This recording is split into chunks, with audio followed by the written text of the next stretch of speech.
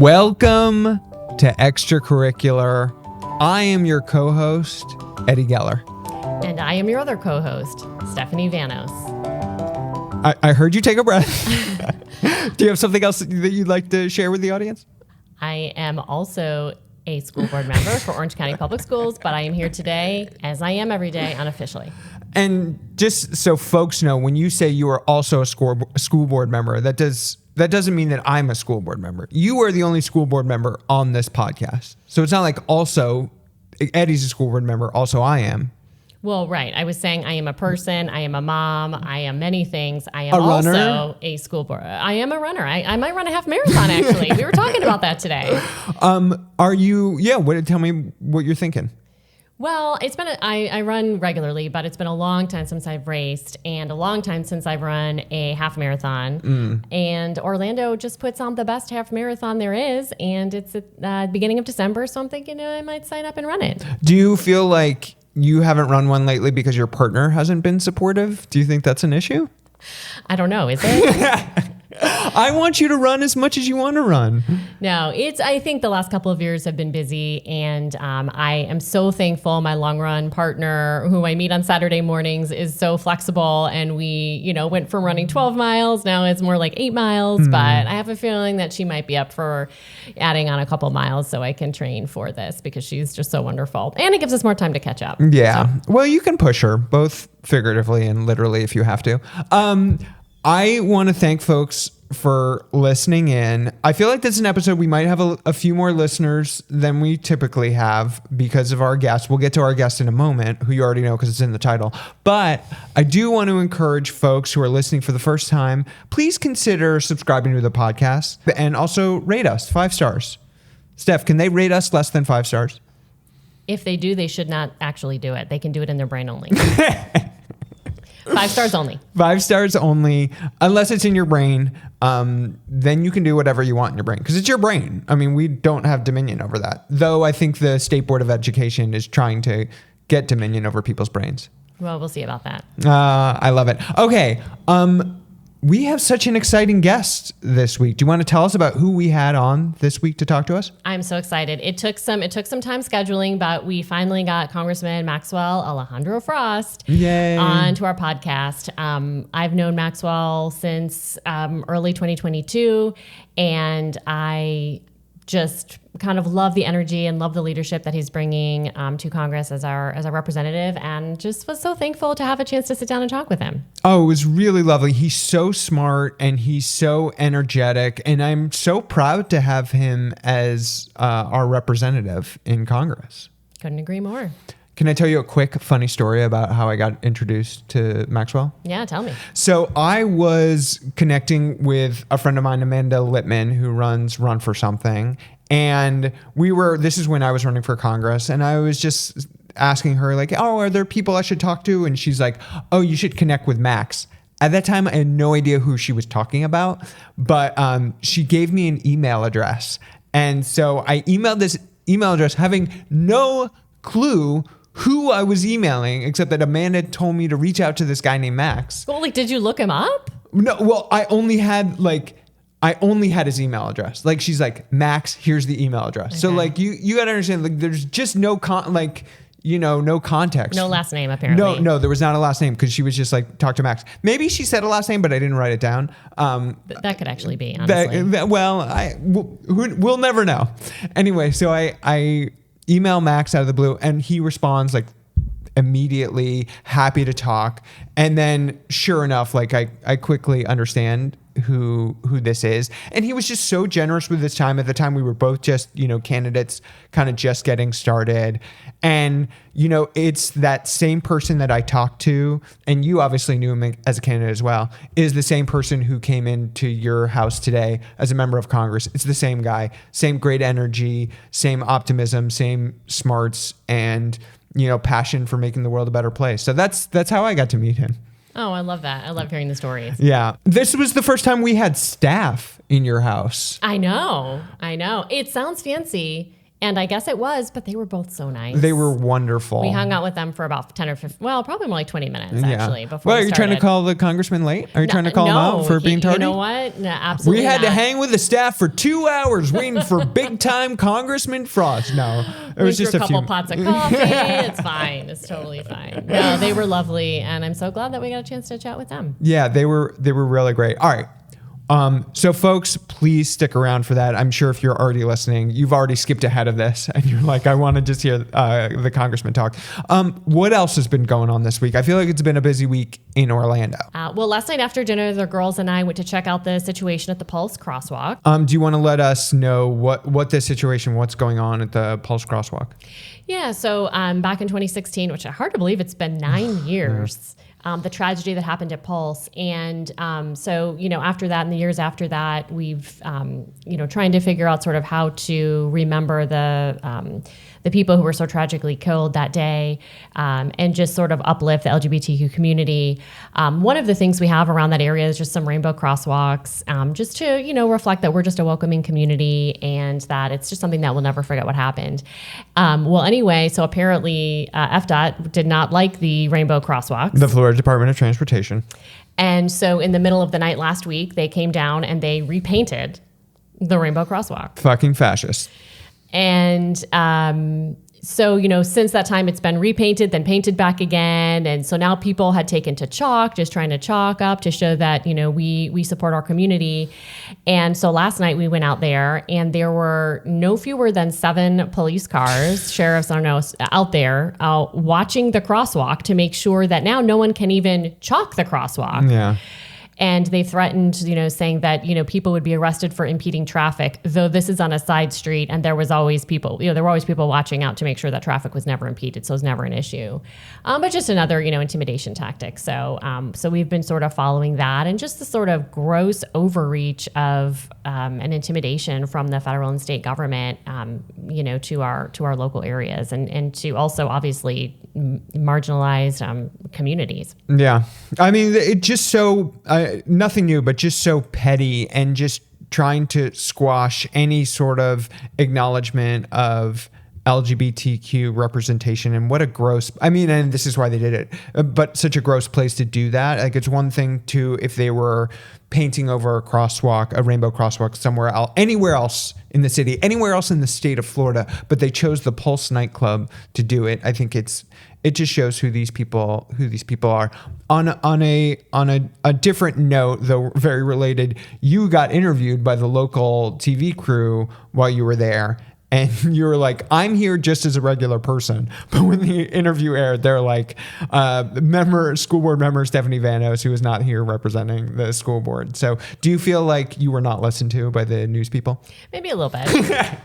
But I will say, one of the things, she was asking me my opinion. And I said, listen, if our federal and state government, if they've got dollars to burn on repainting and repainting and then having people sitting out at this crosswalk, if they've got money to burn, let's invest that in our public schools. Hear, hear. I love it. One other thing I want to talk about, at least one other thing, is we mentioned it a little bit because we did a little bit of a different intro last week. We had our first kind of live performance of the pod. It's been a week since we had that performance. How are you feeling? How'd you feel being on stage? You've obviously done plenty of public speaking, but that was a little bit different. How'd you feel? How do you feel now? I'm glad we did it. It was just a different. It was different, but I'm glad that we did it. It was a lot of fun, and we did our sort of typical intro and talked about some of the stuff that's been going on in the school board, and it was getting a good response. But then you brought up me doing improv with my friend Liz. Liz and I did this in improv. Like, I assume people have some general understanding, but it's like you get a suggestion, you just start doing scenes. So my friend Liz and I did this scene in which we were a couple. And so we talked about that on stage, and I became the villain, or in wrestling terms, the heel. Right, which was fun. Actually, that part was fun to watch. People were really on you, but yeah, hopefully that came across in the last intro. People really loved it. It was a lot of fun. But it was like we were doing improv. Did you feel that? Well, I don't know if I felt it there, but after we gave ours, I somehow got pulled back up on stage to do more improv with someone I didn't know. And it was probably one of the top worst experiences of my life. Not because of the other person. She was wonderful. I'm just not a performer. And so I found it... it was uncomfortable, but you know what? Once I got over the shock of what happened, I realized that I was up there and the worst that I thought could happen happened, and here I was. I survived. So really serious kudos to all of you out there who do improv, because it's not easy. Thank you for saying that, and you were wonderful. We won't relitigate that right now on the podcast, but you were fantastic. You're being tough on yourself. Okay, last thing before we get to the interview. You did a video this past week. We recorded one, posted at the end of the week about the court decision on book bans here in Florida. Can you give us just a brief, 30 seconds on what that interview is about, and people can check it out on your Instagram page, Vote Vanos? Yeah, I just wanted to provide some context. Legal opinions are difficult to read. They're not easily accessible by everyone, even though they're public records. But so I was just kind of giving really a synopsis of really the First Amendment rights that students have in the state of Florida, and that our Middle District Court of Florida reaffirmed that. And despite some of the words that our State Board of Education was sharing at the last meeting last week. Well, they're very engaged, as you've said before. They're very engaged. That I just didn't want people to be confused and to not understand what the law actually says and what the court actually held. And so it just, we kind of just explained that. People should check out that video. Like I said, Vote Vanos on Instagram. How did you feel about me as a director? You were very patient, which I appreciated. Well, you were a great on-camera talent. You did a fabulous job. We did have to redo it after we had already filmed it to really nail down some of the legalese, but it was worth it because you had a video that was good and that was accurate, and people seemed to respond to.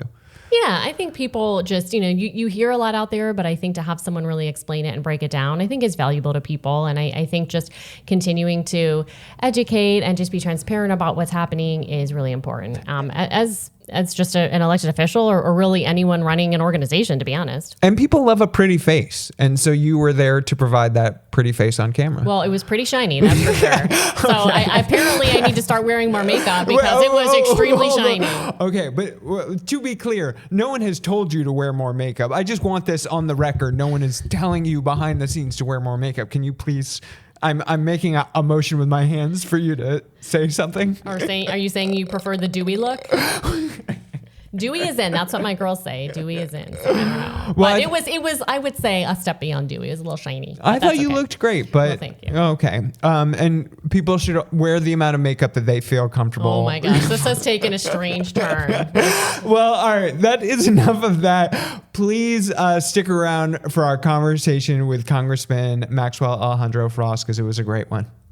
Let's do it. Let's do it. Welcome to Extracurricular. We have an amazing guest with us today, Congressman Maxwell Alejandro Frost. Hello. Hi. I am so grateful that you've taken the time. I know you've been so busy traveling, but thank you so much for being here today. Yeah, no, I'm so happy to be here, and I'm happy to be home for a few weeks. Well, we're happy to have you. Yeah, exactly. But just a little disclaimer. When I do podcasts, sometimes I look very uncomfortable. I'm not uncomfortable. It's because the way my hair is, I can't wear it normally. Oh, okay. So I wear it like this, and it's always slips. So I'm always holding it, or I seem like I'm really locked in and uncomfortable. I'm not. I mean, I'm locked in, but I'm not uncomfortable. Yeah. Okay, so that's good to know. Okay, that's a good disclaimer. Thank you. So before we have so much to talk about. Before we get into it, I just have to start off with just a story of how I first met you. Yeah. So I remember back when I was early 2022, when I was still on Twitter, and I saw a video of you giving some remarks at a community event, and a friend of mine shared that on Twitter, and I heard you speak, and I thought, oh my gosh, this guy, we need him in office. Oh. And then probably about a week later, my friend Steven texted me, and he said, hey, there's this guy, he's running for Congress, and he just got some office space, and he's looking for some volunteers. Do you want to come in with me to volunteer? And so we went in and we helped kind of with the office, and then a couple months later, helped a lot with the office. Well, it was funny because you were taping walls and painting, and we were sweeping and mopping, and just got to know you there. And then a couple of months later, doing your photo shoot, and you said, hey, you got some people together, and you come out. Okay, we go out for the photo shoot. We meet at the location. and we take the pictures, which one of them was used on one of your first mailers. Yep, so I love that. Thank you. But after kind of the group shot, the photographer said, let's everyone stay here. We might move somewhere else. And so while we were waiting, she was taking pictures of different individuals who were there. And by that time, there were a couple of elected lawmakers there. And so she was snapping pictures of them individually. And then she turned to me and she said, okay, it's your turn. Let's get your picture. And I was like, oh, no, I'm not an elected person. I'm just a normal person. And I did not see you there, but without missing a beat, you turned around and you looked right at me and you said, I'm a normal person too. And it just, in that moment, just that connection of just like humanity and just your humility, and just kind of just seeing the person that you are. I just knew at that moment, like we were going to do whatever it took to help you and do our small part to help you get elected. So thank you so much. I appreciate it. And you did a lot. So thank you so much. I mean, you guys were in the office all the time. And when she says we were taping and painting the office, I mean, it looked horrible when we first moved in. It really did. Holes in the wall, like it was really bad, but we made it really beautiful. It was it was our home for like a year, but really appreciate you. Yeah, no, I love it. And I could not be more thrilled to see you as our congressman and for you to be my congressman. So. And now it's a nail place or something. Yeah. Or maybe it's something else. I drive by it all the time on Colonial. Like the first place, right on Colonial. Yeah, that's right. I love there. That. Steph, now that you're an elected official, do you feel like you still have your humanity, or do you tell the plebes not to take pictures with you? I mean, I do feel like I am a normal person, so whatever that means. Yeah. Yeah, I said that when I was a candidate. Now everything's different. Now I'm not normal anymore. No, I'm joking. Well, to kind of, and I think we'll, hit on some policy things, but I think just as an overall, with just some of the just awful things that are happening right now, just in our nation, and between actual laws passed, the big ugly bill, to just intimidation tactics, to completely ignoring the law and judicial, rulings. Whether it's for immigrants or universities or law firms, or whether we're bringing the National Guard into our cities. Yeah. I mean, what do you think right now? How do you think about that? Do you think Democrats right now are meeting the moment, that people are meeting the moment? How do you think about that? Big question. We got to start off with a big question. Yeah, no, it's good. It's good. I mean, there's a lot to say. I mean, number one, we knew what was coming, right? It was written down, Project 2025. And what I always tell people, especially as I travel the country, is I'm like, Project 2025 is Florida 2020. What you are experiencing right now, what you're frustrated about right now, we've actually been dealing with in the South and in my state for years. Elected officials being removed because the governor has a disagreement with them. This fascism and authoritarianism that's taking over our country. And so I think that it's interesting because we kind of have a playbook here for fighting back against it on the streets, making sure that we're dominating state and local offices, winning these elections, and then giving people something to vote for instead of voting against. Now, I think, a big criticism I have of Florida Democrats, it's changing a lot now and over the last few years, but before would be we'd run for statewide. Republicans would call us, and it don't matter if you're a moderate or progressive, you're getting called the communist, socialist, like whatever words, you can think of, Marxist, whatever. And we would spend all of our time and money on ads that said, no, I'm not. Right. No, I'm not's not a good message. Yeah. And especially in a state where people agree with us on the issues. I mean, Amendment 4, to get people with previous felonies the right to vote. 1, more than half of the state voted to codify abortion rights. More than half of the state voted for adult use marijuana. So, people are on our side in terms of the policy, but not in terms of the politics. And I think it's because a lot of times we've run scared. And so really connecting that to the national conversation now, I was really worried at the beginning of the year that most people would learn the wrong lessons from the election. I don't think most people will learn the wrong lessons from the election now. I think there's still some key people who have. But I feel like people are meeting the moment on the streets, on the ground. Literally on the streets here in Orlando. Literally on the streets in Orlando. Yeah. I mean, we saw what happened next to Pulse nightclub. People have been out there every day. Now they have like 8 cops there watching the sidewalk. It's the safest sidewalk in Orlando.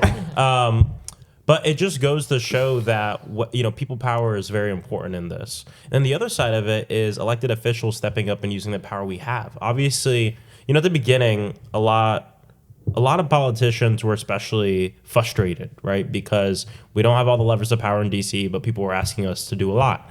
But the thing is instead of being frustrated about that, if you don't have all the power you want, you got to use all the power you got, right? And that's something that I've been repeating over the last 8 months. We have it in our notes. Yeah. It's like I'm saying over and over again, because what that does is it really forces you to sit down and power map and sit down and reckon with the fact that we might usually have 10 tools and maybe now we have 4. I'm just throwing that number, it's a random number. But and then you have to get creative on how you use those 4 tools to fight for what we believe in. And I think a really good example is the latest decision from the judge on the Everglades detention facility, aka Alligator Alcatraz, right? That is the plaintiffs of that case, the Miccosukee tribe, Friends of the Everglades, and Center for Biological Diversity, led the charge on that to really shut that down through the environmental perspective.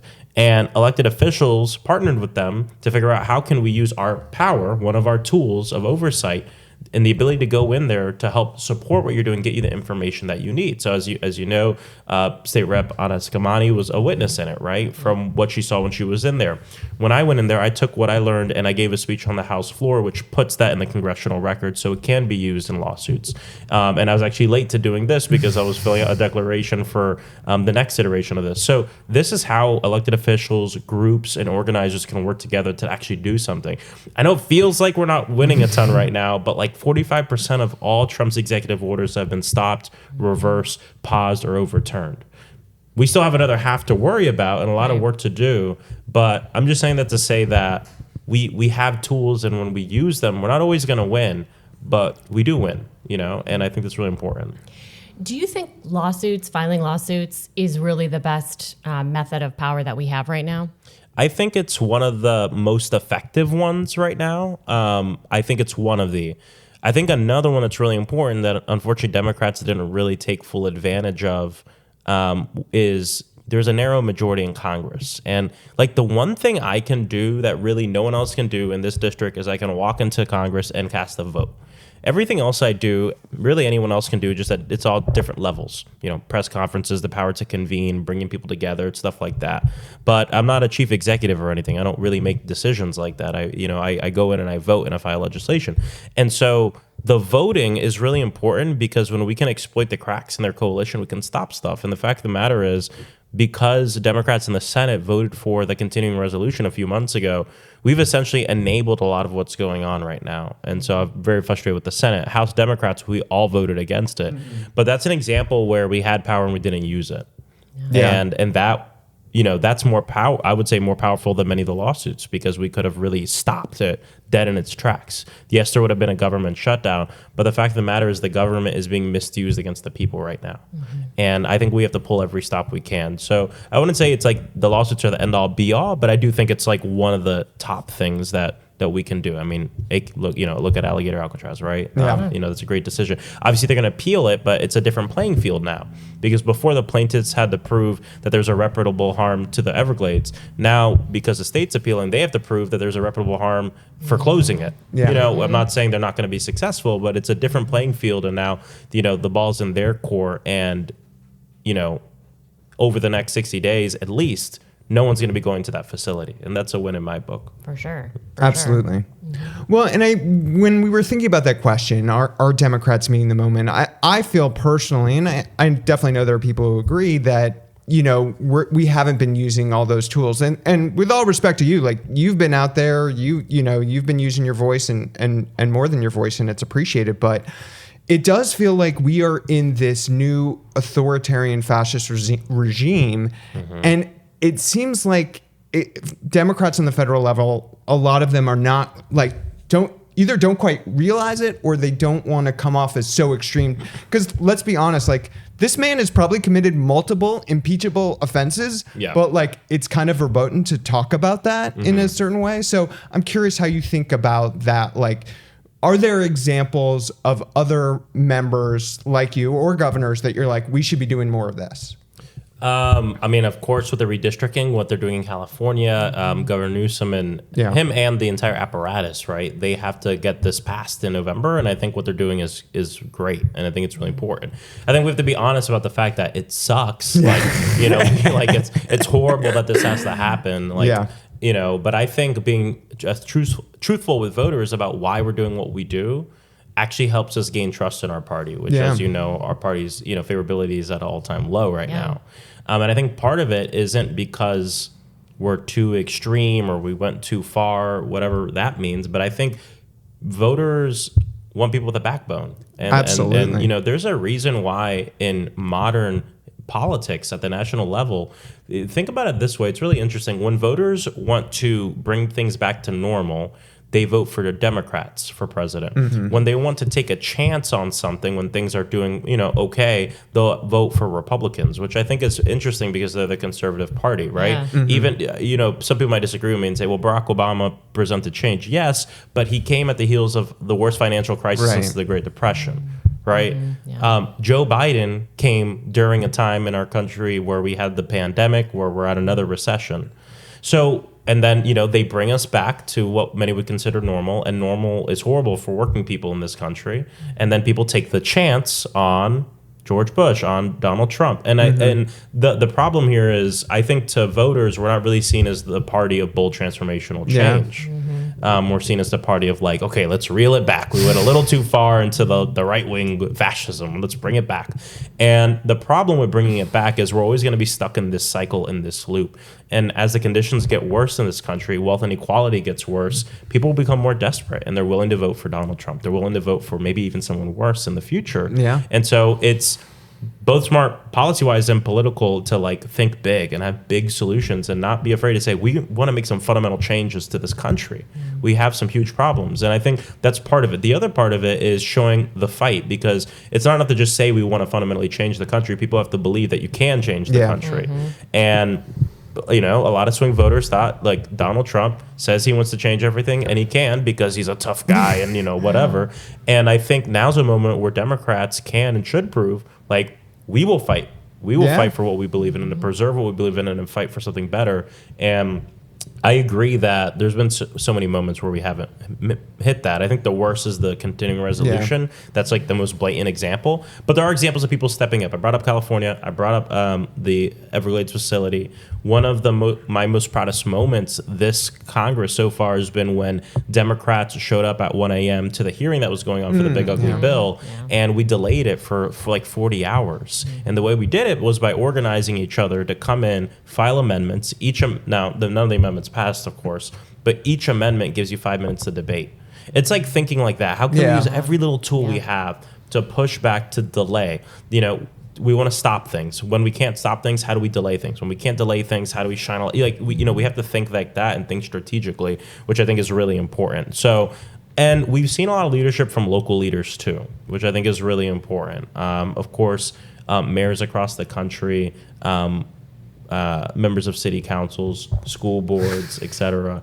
And I think, that's really important in this moment as well. So we're in such a difficult time right now, but the last thing I'll say about the Democratic Party is I think a lot of politicians, especially people in Congress, think like, okay, things are really bad now. We just got to take the majority and then we'll be, you know what I mean? But the problem is what happens in the 2 years, right? It's 2 years. It's not like, the election's in a few months and we'll be okay. Like, it's every 2 years. And so, there are tools that we can do. Like, there's a group of us, and mainly progressives, but we're trying to get the caucus to deny a quorum for what's called a suspension vote. So when we get to the House, the first vote of the week, the first votes of the week are what are called suspensions, which means we don't debate on them. There's no rule set for it, which means it passes with a 2/3 vote instead of 50+1. And you usually put non-controversial votes on this. Like, we all agree on it, supporting our veterans, like things like this that are very supporting your veterans actually is controversial a lot of the time.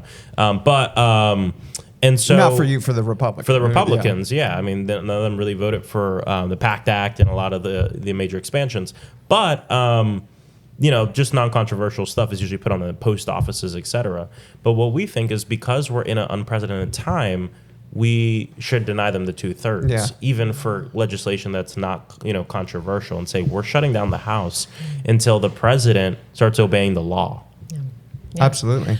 Well, and going back to this answer, I think one of the reasons that you are so perfect for this job that distinguishes you from other people, I mean, there's many things, but one is your background in organizing. Mm-hmm. And I feel like just that ability to think in that way that, you come from kind of this advocacy kind of activist background, mm-hmm. and how do we organize people and how do we draw attention to this? And I think that background, and correct me if I'm wrong, I think is very different from some of the other people who are serving in Congress. Yeah, I mean, it's definitely not the normal resume for Congress. And people when I was running, people brought it up all the time. I think we're in this moment where people felt like it'd be in bad taste for me to say Maxwell Frost is too young to be in this office, but I can say it in other ways. Yeah. He's just an organizer. He doesn't have the experience. It's all kind of the same thing. And it's funny because when I got there, I'm sitting I do a lot of people watching on the House floor. I'm sitting on the House floor, and I'm sitting in the back, and I'm watching everybody walking around, talking to each other. Hey, can you get on this bill? Can you come to this press conference? It's important for my constituents. Hey, I need your help with this. Hey, what do you think about this? Why do you disagree? And it's literally organizing. I mean, that's what we do all day. I mean, when you file a bill, to get it passed, you have to organize your ass off to get it passed, right? To get people on it, to get people to support it, to bring together stakeholders. It's all organizing. So sitting in there, I'm always this is the job for organizers. We're so much different. A lot of people see that just politicians as all the same. And you probably empathize with this too, being a part of a representative body where there's not really decisions you make alone. You make it as a part of a group. And that's what we do too. And you have to organize within that group to get what you want done. And and the other thing is organizers really don't take no for an answer. And so what that does is it pushes me to think of other ways to get things done, right? One good example is the White House Office of Gun Violence Prevention, which is one of my proudest things is, the normal way to do it is you introduce the bill, you get the bill passed. Okay, well, we've been in a Republican Congress at my first 2 terms so far, which means that would mean at least 4 years without the office, right? But I sat down and I was power mapping and saying, what are other ways we can do this? Through executive order. How can we influence an executive order? Get that information from people. I learned, figured out what does that process look like even within the White House? And then we worked with organizations, gun violence prevention movement that I've been a part of for a long time. And we came together and put together a plan. We enacted the plan and then we got the office, right? And so that's a way that legislation, even though it wasn't passed through Congress, was still enacted. Granted, for a short period of time, about 2 years, but lives were saved in those 2 years. Yeah, absolutely. Amazing. So, yeah, that's amazing. You were talking about your job being in Congress. One of the things we're always curious about is what are the discussions and decisions being made behind closed doors? I'm curious, what is it like right now? And I think there's this fantasy that Republicans, quote unquote sane Republicans, to the extent those still exist, are going to somehow stand up to Trump, and that hasn't happened. But I'm curious, do you have any Republican colleagues who are this is batshit, but they feel intimidated to say something? Is that reality? Does that reality exist behind closed doors, or are they is everyone just lockstep? Trump is the greatest. Everything he does is amazing. No. So there's 2 types of people in Congress. There are 2 types of Republicans, right? In Congress, there are performers and true believers, right? And this is the Trump era designation, and this helps me figure out who to work with and how they are. So a true believer is Marjorie Taylor Greene, right? She's a true believer. She actually believes the stuff she's saying. She's, crazy. And so she's really on board. And then you have performers, which are people who don't believe what's going on is right, but they feel I just got to get in line. It's the party. It is what it is. And I'm scared for my own job. And the problem is a lot of these people, who some of them are moderate, some of them aren't, but some of these people are more scared of Trump than they are of their own constituents, of losing their own race. And a lot of this is the result of gerrymandering. Yeah. There's much less what we call frontline districts, which are districts where it's the Democrat could win, the Republican could win. That list used to be 60, 70, 80, 90, 100, over the last few decades. Because the gerrymandering's been so bad, now it's a handful of races that are actually competitive, which means if you're in a deep Republican district, you feel okay, there's some Democrats showing up to my town halls. I stop my town halls. They're making a big fit. Who cares? I only have to worry about my Republican primary. I don't have to worry about the Democrat. They don't exist. And what it makes is it creates representatives who don't listen to the people they're supposed to represent, even the people who don't vote for them. Yeah. And it's interesting because my district is a very blue district. It's not like deep blue, but it's pretty blue, right? We're in Central Florida, but I really make an effort to have like Republicans and people who disagree with me understand that like I know my job is to represent them. You might not agree with me on everything I'm gonna say, but if you want to meet with me, I'll meet with you. Like this is part of the reason my first satellite office I put it in Bithlo, right? Bithlo was like the part of my district that really did not vote for me, but I felt like number one, this is an area disregarded by government. That by federal government, local government as well, and I want to be there to show them that like government can work for them, even the people that they didn't vote for. And I'm not saying everybody, but And so I think that's really important, but not everyone thinks that way, And as we get more polarized, more and more people are going to be like, "Screw them, bro. That's like 20%. I don't care," and that's a problem. Yeah, I think that is such a huge problem. And one of the things I really admire about you is when you do your town halls, you are so. I think you bring this energy that is not about shaming people and that's not about blaming people.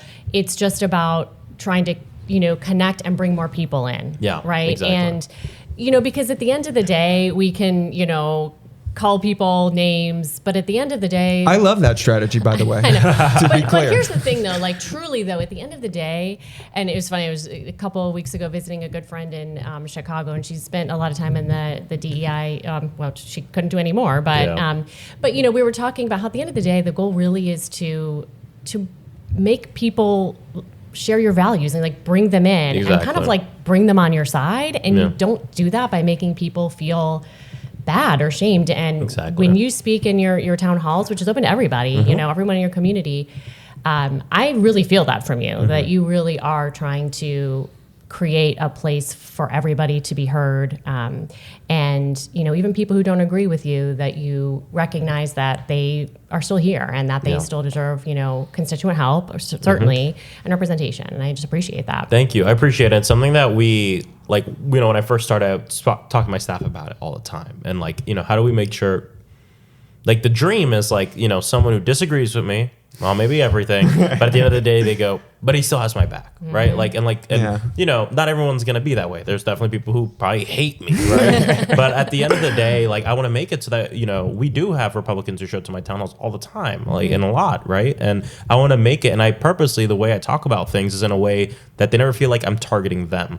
And to what you said, which I think is important, is it doesn't mean I'm going to be chill with Trump and going to bring Trump over. No, it's that whole thing, right? You're ruthless towards systems and graceful and loving towards people. Oh, I love that. And I think and the politicians and corporations and billionaires that, are the architects of the systems that hurt us, we have to be ruthless towards those people and towards those systems. But the people on the ground, I don't see them as part of the opposition, if that makes sense. I just don't see them as part of the opposition, at least in my work. And so I try to bring people together. Now, if someone's being violent or something like that, look, that's different. But most people aren't. And I think that we're just in this situation where we've been told to look at each other to blame for all the problems that we have in the world, when it's these people at the top, and it's been the same people at the top. And the corporate influence, I think, predominantly lies within the Republican Party, but exists in the Democratic Party too, right? And that's part of the reason I don't accept corporate PAC donations.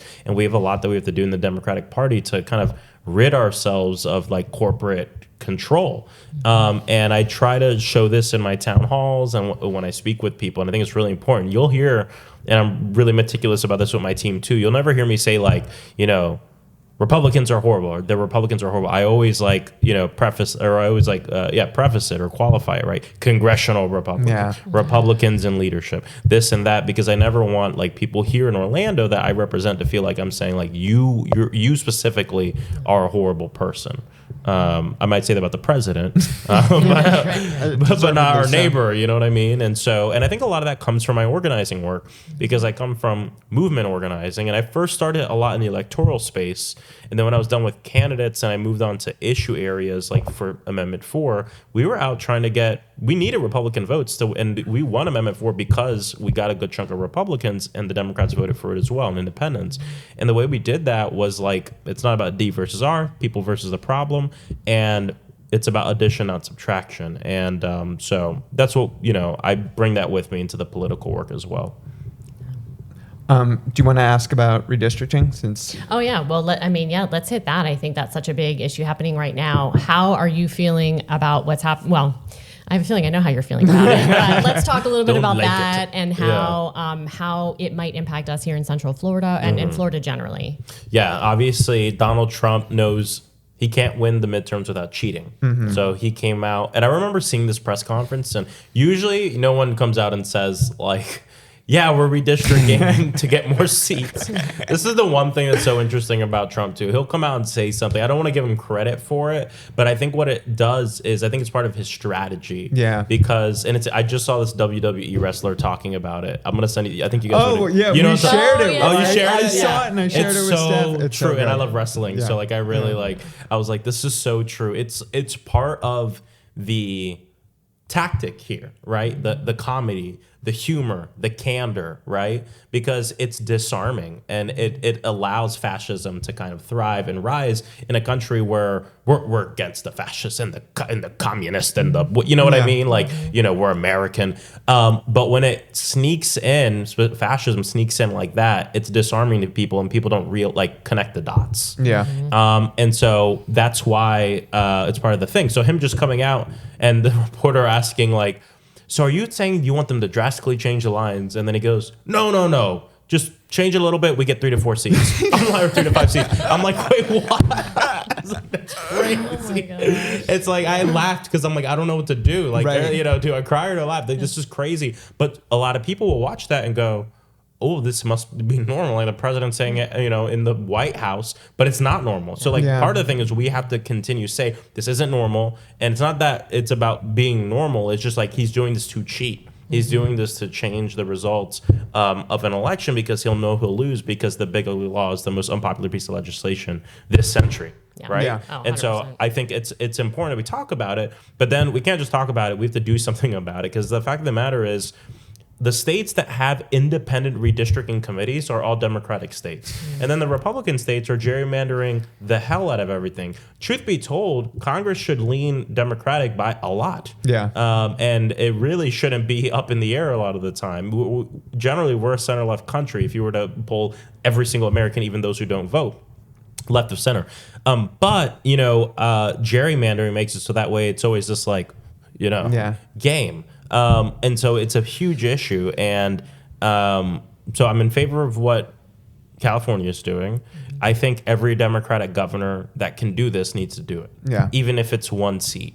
But then the other part of this is I do think we need to be really honest about it, and we shouldn't gaslight voters. We should say like, this is gerrymandering. Yeah. And I hate that this is happening. This is a race to the bottom.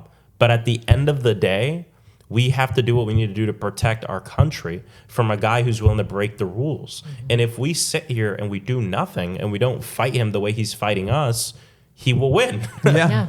And it will cause irreparable harm to this nation. So what we're going to do is this. We're going to fight him the way he's fighting us. And then when we have the levers of power, we will make sure that we pass legislation to make sure the whole country plays by the same rules and that we once and for all ban gerrymandering. And then we have to do it. That's like the most important, right? Yeah. Can't just say it, can't just BS people. We have to do it. And so either way, that's what, that's my take on it. And I think here in Central Florida and here in Florida, obviously they want to do it here. It's interesting because the congressional Republicans do not want to do it here, which I find it very interesting. But, DeSantis and Trump have beef. And so I doubt DeSantis really cares what the congressional Republicans think. And DeSantis wants to run for president, and he's becoming irrelevant. So he's always trying to find, how can I be relevant, right? And that's part of what the Everglades detention, facility was about. So we'll see. It's hard for me to speculate on exactly what they'll do. All I can look at is what they've done. Yeah. And what they've done in the past is my district, for instance, is what you call a vote sink or a PAC district. And so what they do is, Central Florida used to be represented by 3 Democrats, Stephanie Murphy, Val Demings, Darren Soto. So what they did is they took the bluest parts of Val Demings' districts, the bluest part of Stephanie Murphy's district, and made my district, essentially eliminating a Democratic seat. And so they could probably do more of that in South Florida. They could try here. I think it's going to be difficult because you look at someone like Darren Soto, who has a predominantly Latino district, which is protected by many laws, right? Yeah. And then you have someone like Kathy Castor in Tampa, but these are very blue areas. So the lines are going to be wacky, but we'll see what they end up doing. I think, they're moving forward in the process. So these people who are saying like, well, these governors who are like, well, we'll stand ready if needed. I say just go, because they're going to do it. I mean, they're moving forward with it. They're going already.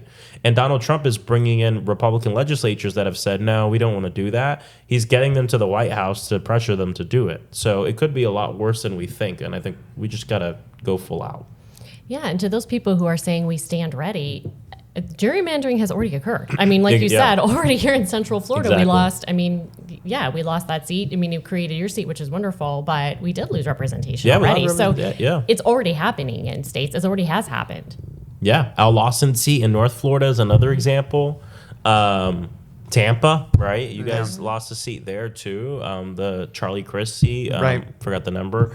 Now it's Ana Paulina Luna. So there's that. Well, I guess I did want to talk a little bit, just because it's extracurricular. We like to talk a little about education.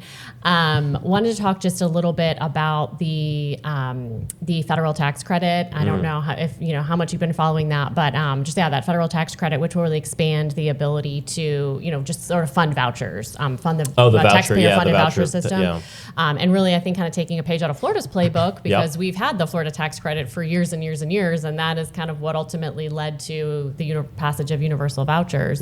But now it looks as though our federal government is going to be in the business of expanding this taxpayer-funded voucher program through this tax credit. So I don't know, is that something that I don't know if education is an issue that, people in Congress really are discussing a lot, or how we're feeling about that. I mean, they want to shut down the Department of Education, right? And so it's definitely something that's top of mind. And the federal tax credit on private schools is really a precursor to the bigger thing that they want to do, right? Probably a federal voucher system that completely siphons money away from the federal bucket of education to people being able, what they'd probably do is give it in block grants to states and let states expand it at the state level. But the problem here is so many people don't know how the Department of Education works and the federal government's relationship to education.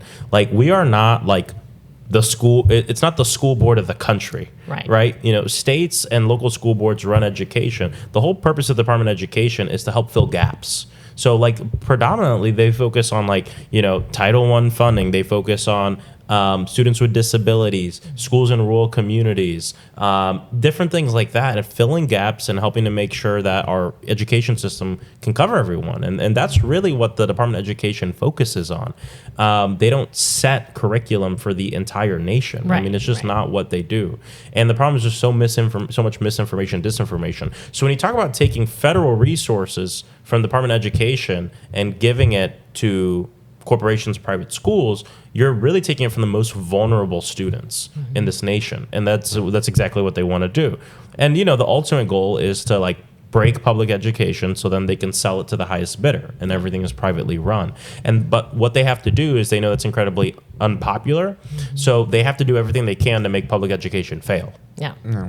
Well, that never slows them down for something being incredibly unpopular. They're happy to push those things through. But you're right. I mean, it is a cycle. It's kind of cut off the funding, cut off the resources. The public institution falters because it doesn't have the resources that it needs. Then blame the institution and then say private can do it better. That's what it is. Because they have to make their their fake lie and their BS become the truth. And so they're doing it with that. They do it with USPS, right? They want to privatize the postal service. So what are they doing? They're gutting the agency. They want to make it fail. So then in 4 years or whatever, they can say, look, we told you the corporations can do it better. Exactly. It's the same exact thing with public education. And all these bills that they're passing that have to do with other issues as well. And I think a good example is the Don't Say Gay bill, right? Which is an attack on our LGBTQ plus community. It's also a bill meant to just attack public education, right? And continue to make it unbearable for teachers, for students, to be there and to really change the way the public sees public education. Right. And they want them to see it more as a burden, something that's horrible, something that I don't want to send my kids to public school. And they want to make that a reality for more people. And that's why the work you're doing is so important. And the work our teachers are doing and support staff are doing, admin, especially in the state, is so important because you are running against, a current that's really heavy. And I think the federal government needs to, step up. And my hope is, as we take back, positions of power, we have to really go all out on helping to save public education. I think it's in a really dire place right now. Yeah, I think it is really scary. And I think you bring up a good point, which is when you have this kind of direction from the federal government, it really emboldens the state government in so many different areas, not just public education, to sort of do the same things. Yeah. To intimidate, to bully, to threaten, threaten to withhold funding if you don't do what I say, to really completely disregard the law and just, whatever the latest edict is, you follow it, or we might cut your funding. You better be scared of us. Yeah. And so, I think it does filter down to the state and local level as well. And, and then as a local, elected person, you feel pressured because you know that, there's funding on the line. But on the other hand, every time we just agree to go along, we're giving up local power. And I think people also lose trust when they feel like their elected people can't fight back and they feel like they're not standing up for what the community believes in. Exactly. Yeah. So we've talked a little bit about what we need to do in the future when we regain power. Very excited about that prospect. When you think about when we regain power, regain the House, knock on wood, and hopefully, a Democratic president in 2028, what do you think we need to be looking to do? Like, what are some of those lodestars you talk about, like getting rid of gerrymandering? We also need obviously campaign finance reform, yada, yada. What are these big things? Because I think this administration has really shown our system has a lot more fissures than we ever realized. So how do we make this country stronger and more resistant to future Trumps? This is so there's groups of us that are working on this, and I should brought this up early on because I was really concerned with the fact that Trump could defy Supreme Court ruling, and then what, right? And then we had all these briefings with constitutional law professors and lawyers and people who kind of explained everything to us, and it gets really complicated, obviously. But then, I was asking the question, well, how do we make sure it just does, we're not asking this friggin' question in the future, right? There's the founders are great. They made a lot of mistakes, and there's a lot of potholes in our democracy. And Trump isn't going to be the last fascist authoritarian that tries to come to power, or that hopefully that comes to power, but at least tries to come to power. And so I think there's a lot of institutional things that we need to fix in our system. One of them that's glaring for me, and I don't have an answer on this right now, there's a lot of thought going on, is how do we beef up our judicial system? How do we make it so that way? Because, the way our judicial system works at the highest levels does work on a lot of deference. I mean, a president will take deference to the Supreme Court and do what they say, but they also could ignore it in many cases. And then the question is, what happens? Well, it's not that simple. Obviously, their staff would be targeted. There's a lot that would happen that would put a lot of pressure on the person. But, you get an evil enough person who really doesn't give a shit about anything, right? And then we're in a crisis that tanks the whole country. I do think it's an issue that the totality of federal law enforcement all reports to the president. I think there's something to be said about possibly the courts at the highest level having their own law enforcement is something that is being explored. Something I've brought up that there's good reasons not to do it is do we need an independently elected attorney general in this country? There's I don't have all the answers on it, but there's a long list of things going on now that we're looking at and putting answers to and writing the legislation now. So we're not doing the thinking, when we should be doing the legislating. And that's a big issue, especially with Democrats, is we wait to do the thinking and the planning for when we have the power. We need to be doing that now. So when we have the power, we can go like they're doing now, right? Project 2025 was that thinking, was that plan. They put it together. So when they got in, they just knew what they wanted to do. and they didn't have to like bring together stakeholders and check whatever, which is really important. Meet with stakeholders, make sure we can all get behind something. But the problem is if you do that when you have the power, then you're wasting time. Yeah. And so doing that before that is important. So that's one of them. I think another one that I've been talking a lot about too is Donald Trump. There's a lot of agency heads in the federal government that are completely under the executive. So like one good example is I think I have the name right, the manager or director of labor statistics. We know that the jobs report came out recently. It wasn't good. And Trump was like, oh, well, it's fake numbers. And then he just fired the person. This whole agency and office is just supposed to give us like just numbers, right? Nonpartisan numbers. And I think that person should not report to the president. I don't think that person should be able to be fired by the president. Because now what he's doing is he's trying to install one of his lackeys from the Heritage Foundation that wrote Project 2025 that are definitely going to make fake numbers, right? And so now we can't even trust that, and that's a huge problem. Another example, the Librarian of Congress. He fired the Librarian of Congress. Well, a lot of people don't know that the Copyright and Patent Office is under the Library of Congress, and so is the Congressional Research Service, CRS, which is what we use to write all of our bills. They give us nonpartisan information and facts that help us write legislation. That's all under the Librarian of Congress, which he fired and now wants to install another lackey. So there's a lot of things think we need to decouple from the executive branch. Perhaps it could fall under it in terms of budgeting and stuff like that, but we're going to have to put that, the only person that can fire the Librarian of Congress should be Congress by a vote. The only person who can fire the manager director of labor statistics is Congress by a vote. And we have to set aside these offices that are supposed to be nonpartisan. And I think we need to do that. I think so. Those are some examples. Yeah. And we also need to prosecute the lawbreakers in this administration and show that you can't get away with this. And exactly. Because for too long we've done the look forward, not backward thing, and it just doesn't work, and it just emboldens. Yeah, them. I mean, look, President Biden did that. His attorney, and I think President Biden had a really good cabinet, except the attorney general. I think Merrick Garland's one of the worst attorneys general that we've had for this moment, especially. Yeah. And I had a lot of frustrations with him because I was always beating at DOJ to help us in the South and in Florida as we completely had our rights infringed upon. It was crickets from the federal government. And I was very frustrated, but not going after Trump, who blatantly broke the law and his people. I think it's part of the reason we're in this situation. And it's not political. It's making sure that the law applies to everybody. Yeah. That's all it is. Equal justice under the law.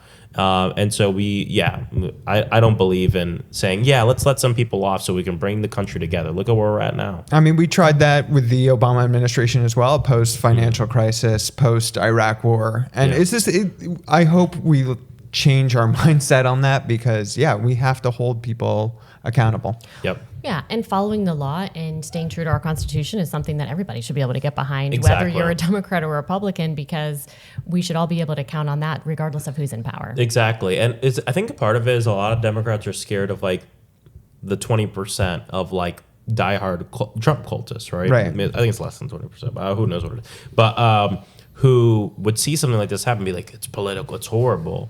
And I think we just can't let like a small vocal like group like that are like literally in a cult scare us into doing what we're supposed to do. And so I 100% agree with you on that. Well, I loved hearing your ideas. I'm glad. It feels good to know that there are people out there representing us who, again, do want to hold people accountable, but also have a plan for the future and have a plan for what needs to change in order to just better represent the people in this country and better, live up to our values and better live up to our democracy. So thank you so much for what you're doing and for just the way you are and just being so thoughtful. And I just really appreciate you. I appreciate it. Thanks for having me on, guys. You bet. And also, you're a drummer, right? Yes, so we should. you got to bring that up. You gotta bring it up. No, thank you so much. I'm curious. We only have a minute or two left. You talked about this, and you're such a person of optimism, and one of the things we love that about you. Anything you're thinking in terms of optimism, leaving us on a note. You've been on this great tour and meeting a lot of people. Just what are you feeling optimistic about? especially, of course, you're in Orlando, but in these red states or red districts I've been traveling to, there is a tide that's turning, and it's turning pretty hard. And, you know, at these events, like I always go and meet people in the audience, and there'll be people come up to me and whisper, like, I voted for Trump. You know, like, they never ask a question at the town hall, but I can tell when I'm on stage and I see, you know, everyone's cheering on their feet and there's groups of quiet people. And I bring this up because I think people are really starting to wake up. But the thing that gives me hope too is there is no Democratic establishment right now. Yeah. Right. And I think it's the first time that our party hasn't really had an establishment, probably this century, which means it's up for grabs. And the question is, like, where does the party go? And I think we're in such a volatile moment right now that it actually presents an opportunity for us to grab a hold of things and say, like, we need to be the party of the working class and the party of big ideas that fundamentally change this nation forever, and for all of us. Yeah. And we're in a moment where that opportunity is in front of us in a way it hasn't been this whole century, to be honest. And I think, like, in the midst of what feels like chaos and things are chaotic, we should seek to say, like, there's an opportunity, we're going to take a hold of it. And I feel good about that. I don't know where we'll end up, but I'm looking at it, right? And I'm running towards it, and we're all running towards it. And my hope is that'll happen. So this is part of the reason, like, of course we have to fight now, and you know, you guys know a lot of the work that I do now in terms of that. But every chance I get, I try to talk about where we're going, because we'll be there sooner than you think. And if we didn't do the work at building that and getting people on our side, on the side of big ideas, on, you know, I'm for Medicare for all, but healthcare for all, housing is a human right, all this, that moment will come. And those with the most money will be able to mobilize in a faster way because they have more resources. So we have more work to do than they do, because money can buy you, you know, money can get you resources, a lot of resources in a short amount of time, but it is short-lived. Yeah. But for us, it's in people power, but we still have work to do in getting to that moment. So we can do both at the same time. We can fight like hell right now, which we have to do, and then at the same time be building the power for these real checkpoints that we have in the future that before we know it, we'll be there. Yeah. You know, and so both are important. And that gives me some, you know, I'm optimistic about it. I love it. I love this organizing energy, and you are such a great leader to just lead the way with these ideas and just showing people the way. So I appreciate you. Thank you guys so much. Appreciate Thank you. you. Thanks a lot. Bye.